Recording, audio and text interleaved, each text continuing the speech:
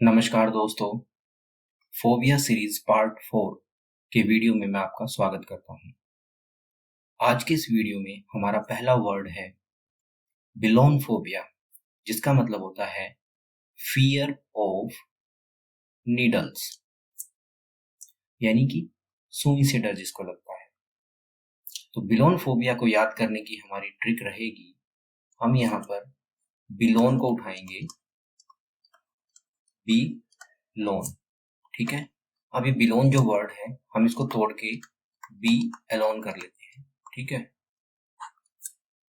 यानी लोनली, कोई भी अकेला हो जाए, ठीक है। हम इमेजिन करते हैं कि कोई इंसान अगर अकेला हो जाता है तो उसके साथ कोई नहीं रहता है, वो डिप्रेशन में चला जाता है और उसके बाद उसको नशे की लत पड़ सकती है, ठीक है, डिप्रेशन को दूर करने के लिए। और नशे के लिए उसको क्या यूज करना पड़ेगा? सिरिंज का इस्तेमाल करना पड़ेगा, ठीक है, सुई का इस्तेमाल करना पड़ेगा। इस तरीके से हमने एक सिचुएशन बनाई कि कोई व्यक्ति अकेला हो गया है और वो नशे का आदी हो गया है, जिसकी वजह से वो सुइयों पर निर्भर है और उसको अब सुइयों को देख देख के डर लग रहा है। तो बिलोनफोबिया को इस तरीके से हम याद कर सकते हैं। अगला वर्ड है ब्रोमिट्रोसाइफोबिया।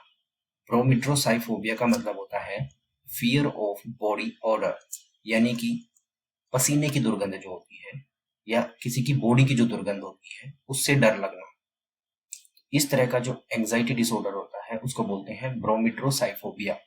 इसको याद करने की हमारी ट्रिक रहेगी, हम इसको तोड़ देते हैं ब्रो और मिड में, ब्रो मिड, ठीक है। हम एक सिचुएशन एज्यूम करते हैं जिसमें कुछ लोग खड़े हुए हैं और एक इंसान बीच में खड़ा हुआ है, ठीक है, यानी कि बहुत सारे लोगों की भीड़ है और कोई बीच में खड़ा हुआ है। ऐसी भीड़ में अगर हम हो जाएंगे तो क्या होगा? हमें पसीना आने लगेगा और दुर्गंध फैल जाएगी पसीने की। तो अब जो प्रो मिड, यानी कि भाई मैं मिड में खड़ा हो गया हूं, तो यानी कि उसको पसीना आ रहा है, ठीक है, तो इस वजह से उसको स्मेल से एंजाइटी हो रही है। तो बोल रहा है ब्रो मिड, यानी कि मैं मिड में खड़ा हूं और मुझे ब्रो मिड रो, ब्रो मिड रो, ठीक है, मिड में खड़ा होने से मुझे डर लग रहा है। क्यों? क्योंकि पसीने की दुर्गंध मुझसे सहन नहीं की जा रही है।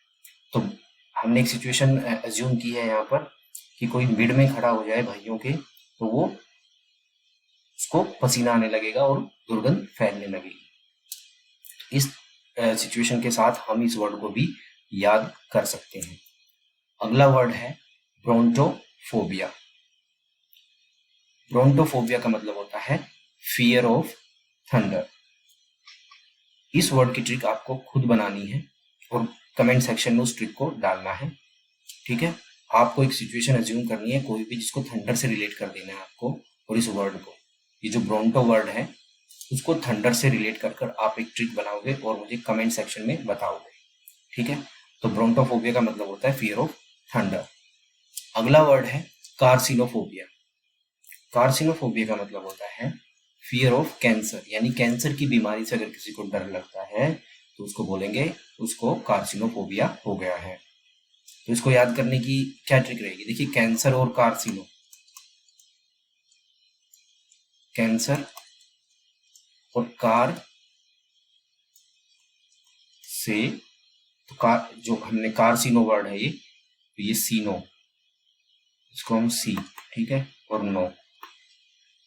अगर किसी को कैंसर हो गया है तो क्या करेगा? कार से नहीं जाएगा, वो किससे जाएगा? एम्बुलेंस से जाएगा।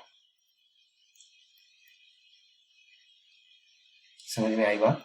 मैं कहना चाहता हूं कि हमने एक वर्ड, हमने इस वर्ड को तोड़कर कार्सिनो को कार से नो, ठीक है, ऐसे तोड़ लिया है कि कार से वो ना कह देगा क्योंकि उसको अब एम्बुलेंस में जाना पड़ेगा, क्योंकि उसको क्या बीमारी है? कैंसर है। तो इस तरीके से फियर ऑफ कैंसर क्या हो जाएगा? कार्सिनोफोबिया। तो ये भी हमें याद हो गया। अगला वर्ड है क्रोमोफोबिया।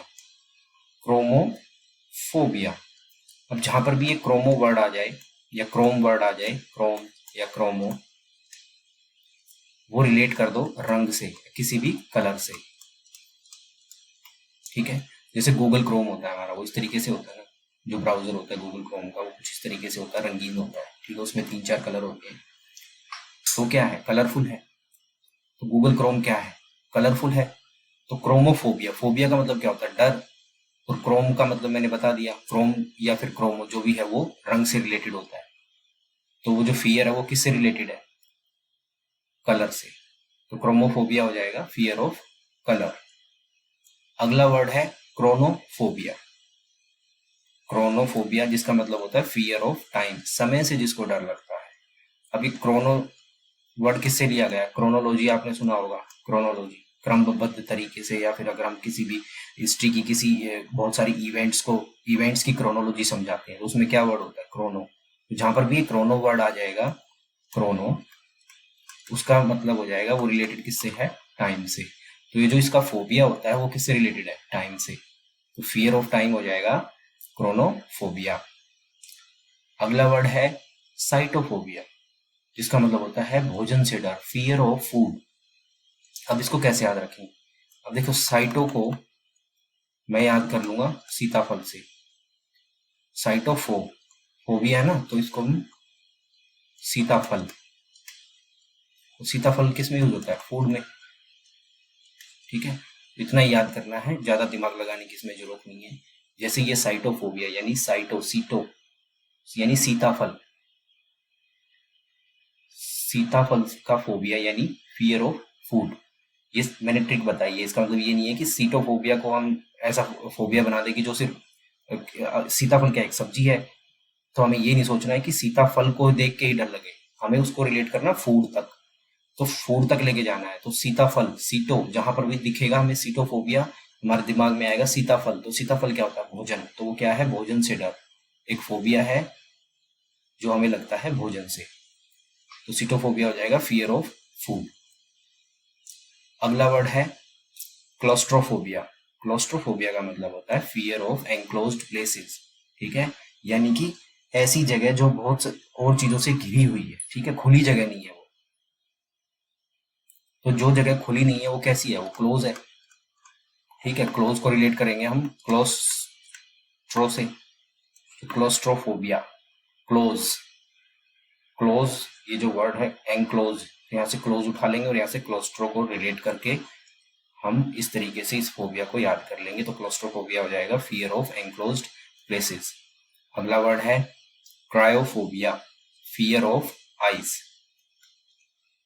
क्रायो को कैसे याद रखेंगे? क्रायो, ठीक है, अब देखो क्रायो को हम याद करेंगे कि हम कुछ फ्राई कर रहे हैं, तो फ्राई करते करते क्या हो गया? हाथ जल गया।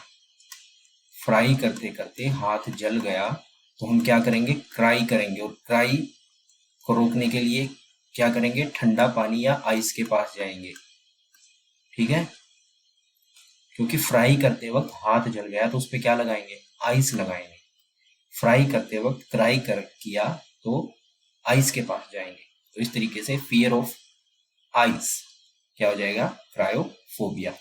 हमें फोबिया का ध्यान रखना है, जहां पर भी फोबिया होगा उसका मतलब डर होता है, ये एक नेगेटिव वर्ड है। और फाइल, ठीक है, जैसे अगर यहाँ पर फाइल होता तो वो प्रेम से रिलेटेड होता है और फोबिया डर से रिलेटेड होता है। तो क्रायोफाइल मतलब जो आइस से प्रेम करे, क्रायोफोबिया या क्रायोफोबिक जिसको आइस से डर लगे। ठीक है, फोबिया मतलब डर लगना। तो क्रायो को हम रिलेट करेंगे फ्राई से, और फ्राई करते वक्त हाथ जल गया तो क्राई किया तो किसके पास गए? आइस के पास। अगला वर्ड है साइनोफोबिया, फियर ऑफ डॉग्स, कुत्तों से डर। तो जहां पर भी ये साइनो वर्ड आ जाए इसको हमेशा याद रखना है कि ये किससे रिलेटेड होता है? डॉग से। अगला वर्ड है ओक्लोफोबिया। ओक्लोफोबिया का मतलब होता है फियर ऑफ क्राउड, भीड़ से डर।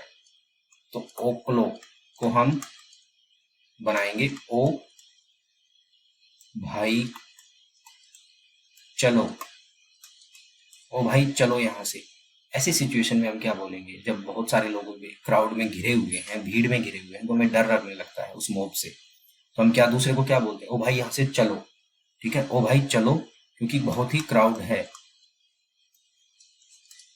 तो ओक्लोफोबिया हो जाएगा फियर ऑफ क्राउड, ओ भाई चलो यहाँ से, बहुत ज्यादा क्राउड हो गई है।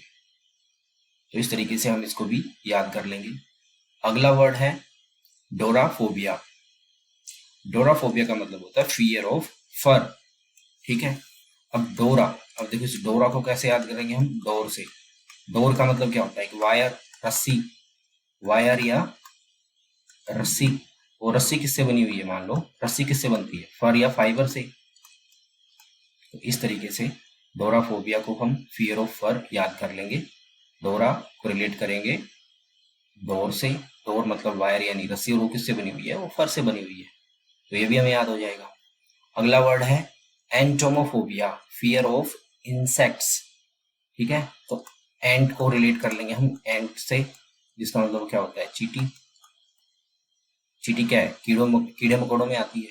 तो एंटोमोफोबिया का मतलब हो जाएगा फियर ऑफ इंसेक्ट्स। और ये लास्ट वर्ड है ओराफोबिया, इसको भी आप कमेंट सेक्शन में मुझे बताओगे, जिसका मतलब होता है फियर ऑफ गोल्ड। सोने से जो डर लगता है उसको ओराफोबिया बोलते हैं।